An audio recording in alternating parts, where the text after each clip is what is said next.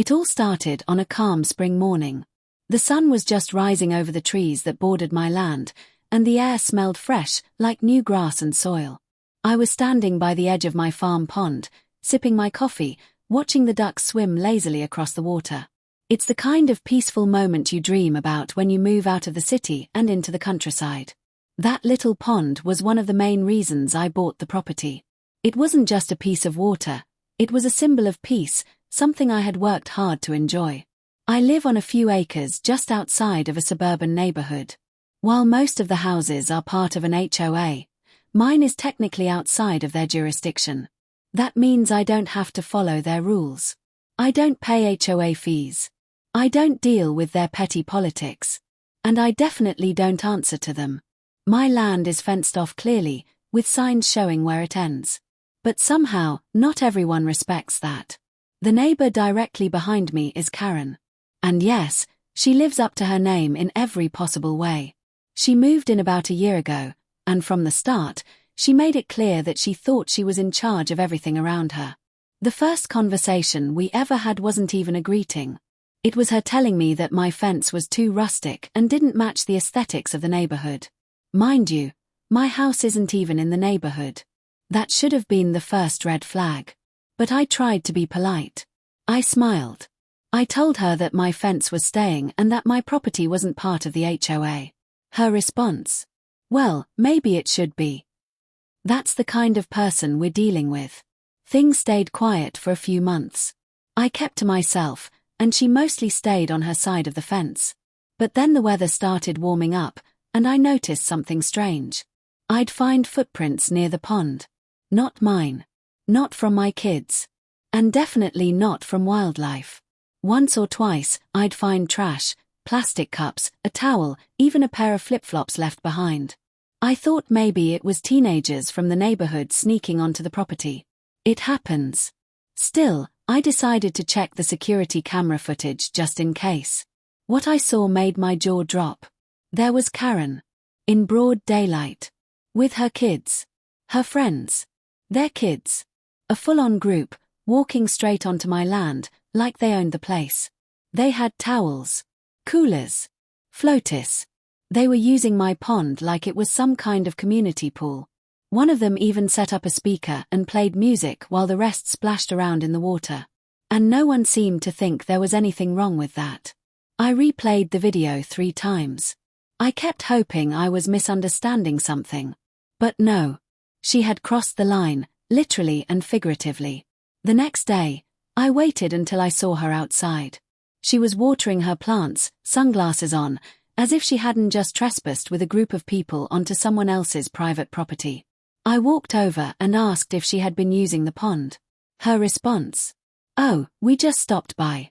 It looked so nice and clean. We figured you wouldn't mind. Figured I wouldn't mind.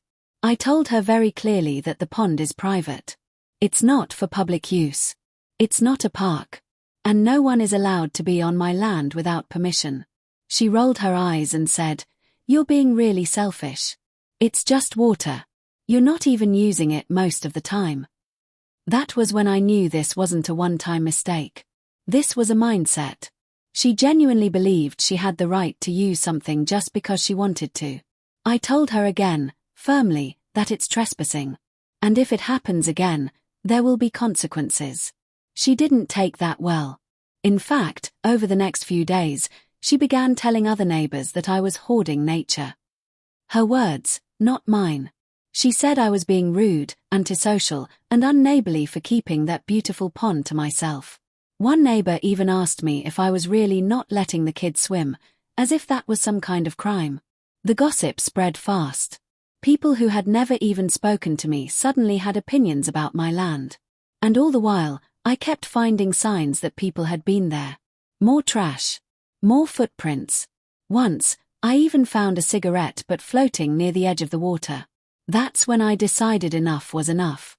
I decided it was time to make things crystal clear. No more hoping people would just respect boundaries. I printed out multiple private property, no trespassing signs and posted them along the edge of my land, especially around the pond area. I even added reflective tape so you could see them in the dark. There was no way anyone could claim they didn't know. I also upgraded my security cameras, placing one right on a tree facing the pond and another covering the main path from the neighborhood behind me. It was frustrating, honestly. I had bought this land to get away from city drama, to enjoy peace and quiet, and here I was, dealing with neighborhood politics and entitled behavior all over again. But this wasn't just about a pond anymore. It was about respect. Respect for personal space. For property. For rules. And Karen. She didn't seem to understand any of that. Just a few days after putting up the signs, I caught her again on camera. This time, she was alone, walking her dog along the edge of the pond. Her dog was off-leash, drinking from the water, and she had the nerve to toss a stick in for it to chase. When I confronted her again, she acted shocked. "I wasn't swimming," she said with a smirk. "I was just walking. Is that illegal too now?" I told her, "It's not about swimming. It's about being on land that's not yours." That smirk didn't leave her face. "You know, we could use a little more community spirit around here," she said, turning away. "Maybe if you weren't so uptight, people wouldn't have a problem with you." And that's the thing. It wasn't just her anymore. Karen had begun rallying others in the neighborhood, trying to pressure me into letting everyone have access to the pond. Some of them even started knocking on my door, politely asking if they could just fish for a little bit or let their kids cool off. I kept saying no. Firm but polite. I never lost my temper. But inside, I was boiling. Then it got worse. Karen sent me a formal letter, on behalf of the HOA. Not from the HOA board directly, but from her, acting as if she had any kind of authority. In it, she claimed the pond was a shared natural resource and that denying neighborhood access was neglecting the principles of community living. She said they expected me to provide a key to my side gate for general use or face escalation. That was the moment I realized how far she was willing to go. Pretending to represent the HOA, using fake authority to bully me into submission. I knew my rights. My property lines were documented.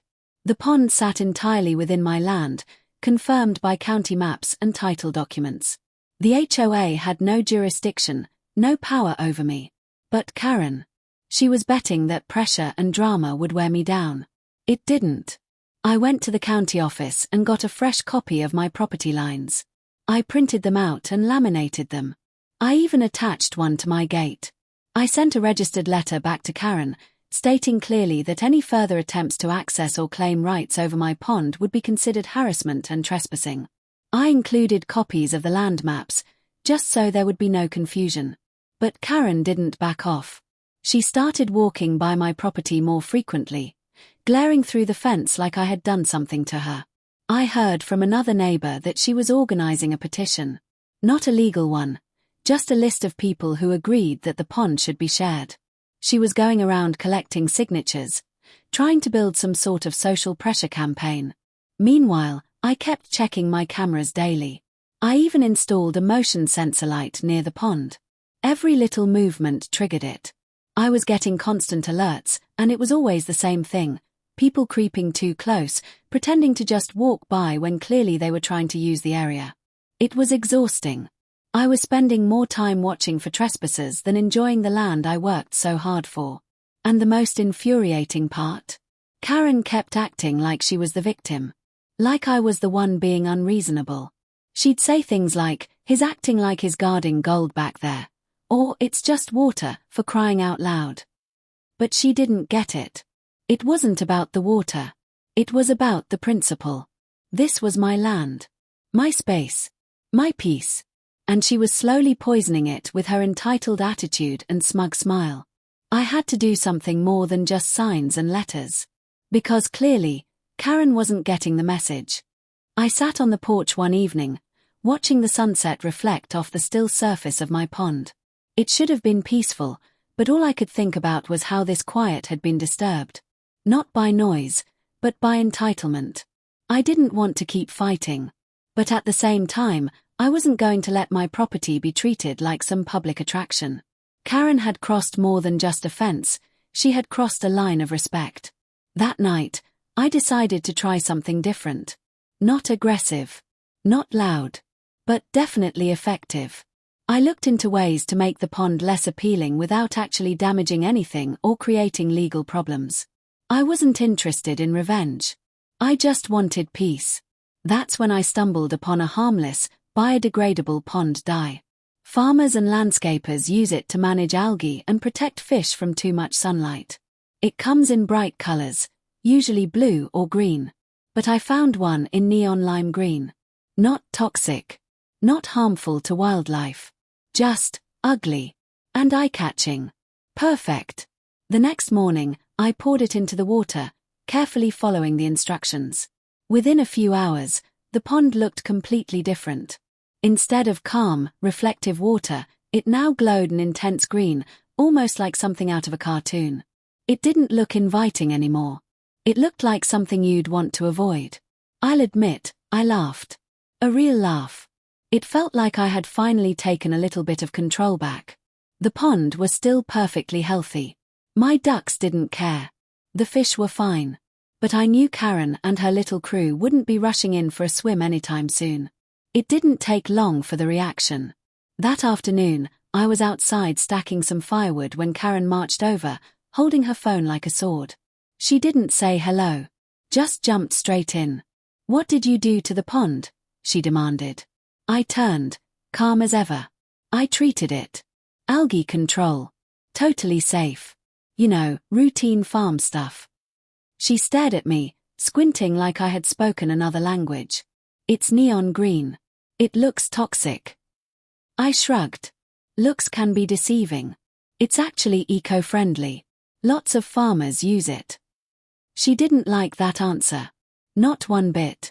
"This is ridiculous," she snapped. "You're doing this just to keep people away."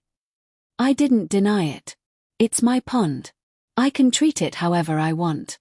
You wouldn't even know about it if you weren't trespassing. That last line hit a nerve. Her jaw tightened. She muttered something under her breath and stormed off. I watched her go, half expecting her to trip on the way back through the fence line. No such luck. But I wasn't done. I posted a sign near the pond that said, "Pond is undergoing algae treatment. Do not swim or disturb." No threats. No lies. Just a simple, firm message. It even had a QR code that linked to a site explaining the science behind pond dye. Just in case Karen tried to pull the toxic water card. For a few days, things were quiet. No footprints. No trash. No random kids showing up. I actually enjoyed the stillness again. But of course, with Karen, nothing ever stays quiet for long. Later that week, I overheard her talking to another neighbor while I was out front. She was going on about how I was polluting the environment and how the toxic green swamp was lowering neighborhood property values. I couldn't help but chuckle. First, she wanted access. Now, she wanted to complain about something she wasn't supposed to be near in the first place. A few more neighbors approached me too, some curious, some a little concerned. I explained the dye. Showed them the label. Even gave one of them the pamphlet it came with. Most of them understood. A few laughed. One even said, "Honestly, it looks kinda cool." But I knew Karen wasn't going to give up that easily. She thrived on drama. Attention. Making herself the center of everything. So when she realized she couldn't force me to open up the pond, she tried another approach. She started posting on the local Facebook group. Long posts, filled with fake concern. Talking about community health risks and potential violations. Trying to stir people up. I didn't respond. Not directly. Instead, I kept every screenshot. Every comment. Every post. I was building a record, not just of trespassing, but harassment. Because at some point, if she pushed too far, I wanted to be ready. Not to fight. But to end it. And still, every evening, I'd go back to my pond. Sit by the edge. Listen to the crickets. Watch the ducks paddle in that neon green water. I'd think about how sometimes, the most peaceful solutions are the ones that glow the brightest. By the following week, the pond had become a neighborhood spectacle. People weren't just talking about it, they were walking by just to see it. One lady even brought her dog and stood by the fence like she was on a guided tour. It was ridiculous. Some thought the bright green color looked cool. Others assumed something terrible had happened. Either way, Karen's gossip had turned my peaceful pond into the talk of the block. I was watering my garden one afternoon when one of the HOA board members, Ron, walked up to me. Now, remember, I'm not part of the HOA. I don't pay them. I don't answer to them. But Ron, dressed in khakis and a name tag like he was at a real estate convention, greeted me with a stiff smile. "Hey there, neighbor," he said. "Mind if we have a quick chat about the pond?" I nodded, keeping my hands busy. "Sure. What's up?" "Well," he started, adjusting his sunglasses, "we've had a few residents reach out with some concerns about the condition of the water." I looked at him, waiting. "They're worried it might be a safety hazard," he continued. "Especially with children nearby. You know how curious kids can be." I put down the hose. "So let me get this straight. Karen complains to the HOA about property that's not part of the HOA, and now you're here telling me how to manage my land." He cleared his throat, clearly uncomfortable. "It's just a community concern. We want to make sure everything looks pleasant for the neighborhood." There it was. The real reason. The neon green color clashed with their idea of suburban perfection. Never mind that the pond was on my property. Never mind that they had no legal say in what I did with it. I smiled. "Ron, the pond is being treated with an eco-safe dye. It's harmless. And if anyone's worried about their kids, maybe they shouldn't be letting them wander onto land that doesn't belong to them." He blinked. "Well, yes, of course. But perhaps if you could consider." "I'm not changing anything." He left soon after that. Not angry, but clearly frustrated. I had a feeling that conversation wasn't the end of it. And I was right. Just 2 days later, I came home from running errands and saw something that made my blood boil. There were kids. Asterisk in the pond. Asterisk again. 2 of them. Splashing, laughing, like it was their backyard pool. I slammed the truck door and walked straight over. Karen was standing by the edge, chatting with another mom, sipping on an iced coffee like it was a beach day. I didn't shout. I didn't cause a scene. I walked up and said, loud enough for everyone to hear, "You're trespassing. Again. This is private property." Karen looked at me with that same smug expression. "They're just kids. They're not hurting anything. Don't be such a grump." That was it. I called the sheriff. And for once, things moved fast. The officer who showed up was polite but firm. He asked me about the situation. I showed him the footage, the signs, even the laminated property line documents. Karen tried to argue, but the officer shut it down quickly. "This is not a public pond," he said. "You've been warned before. If it happens again, charges can be pressed." Karen's face was red with rage. She huffed, gathered her things, and left with her friends. The kids got out of the water, confused, probably not even realizing what was going on. I didn't feel victorious. I felt tired. I didn't want to be the neighbor everyone whispered about.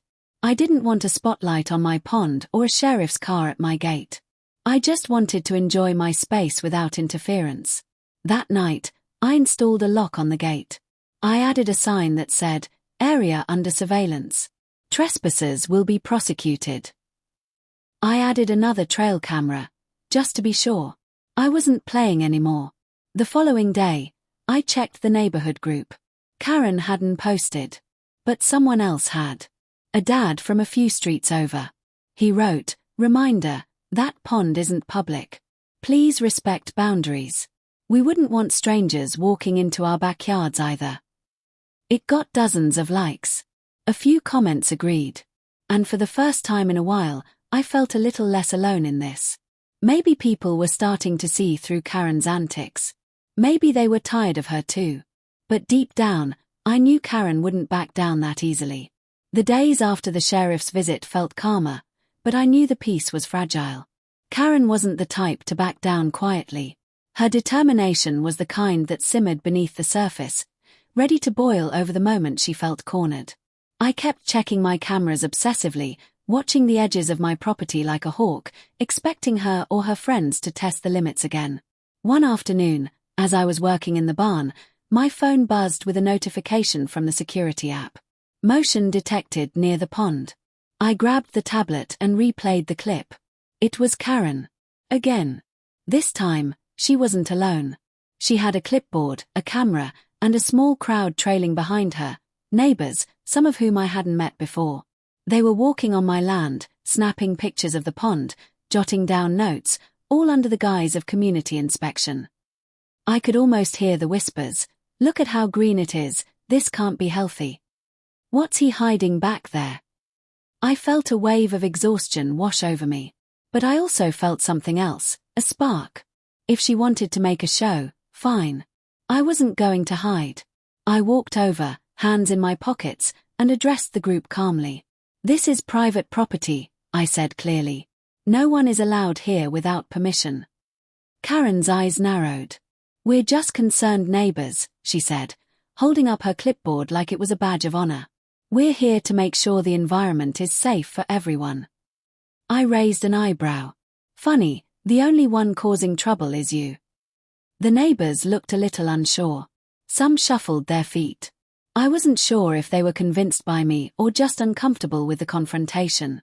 Karen, however, was undeterred. She pulled out a printed petition.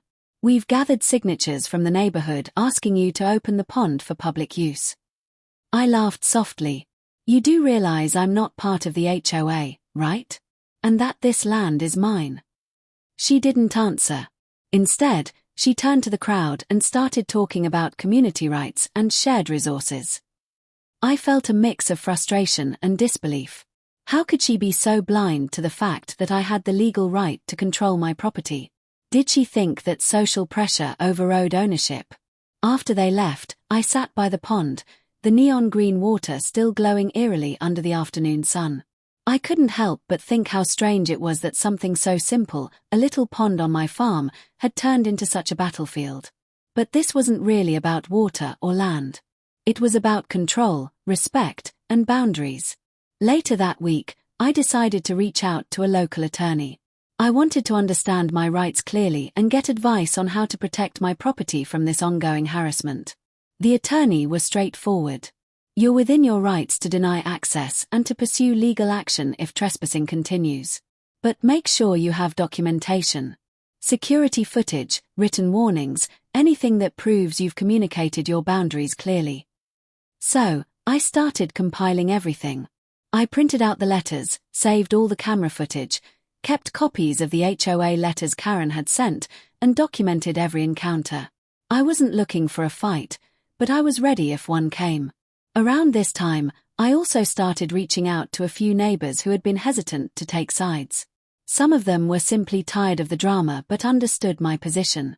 Others admitted they didn't even know the pond was private until Karen made a scene. I explained things calmly, showed them the property lines, and slowly, the tide began to turn. One afternoon, a neighbor brought over some homemade cookies. I just wanted to say thanks for standing your ground, she said. Karen's always stirring the pot, but it's your land. You should be able to enjoy it. That small act of kindness felt like a victory, not because I wanted people to cheer me on, but because it reminded me I wasn't alone. There were others who valued respect and boundaries as much as I did. Karen, meanwhile, wasn't going anywhere. She ramped up her efforts online, posting more accusations and trying to rally support. But I noticed something interesting. The more she pushed, the more people started to question her motives. It was like watching a balloon being squeezed too tight. Eventually, it would burst. One evening, I got a message from the HOA president, not Karen, the actual president. He was clear and professional, saying that the HOA had no authority over my property and advising Karen to stop involving the board in personal disputes. That felt like a small but important win. The real power structures were beginning to separate fact from fiction. Still, the pond remained a symbol.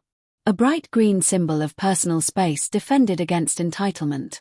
I often thought about what this whole ordeal taught me. That boundaries matter. That ownership is about more than just land, it's about respect, communication, and standing firm when challenged. Every time I walk to the edge of that neon green pond, I'm reminded not just of the water and trees but of the fight to protect what's mine. And as much as Karen tried to control the narrative, the pond glows as a quiet, glowing testament to standing your ground.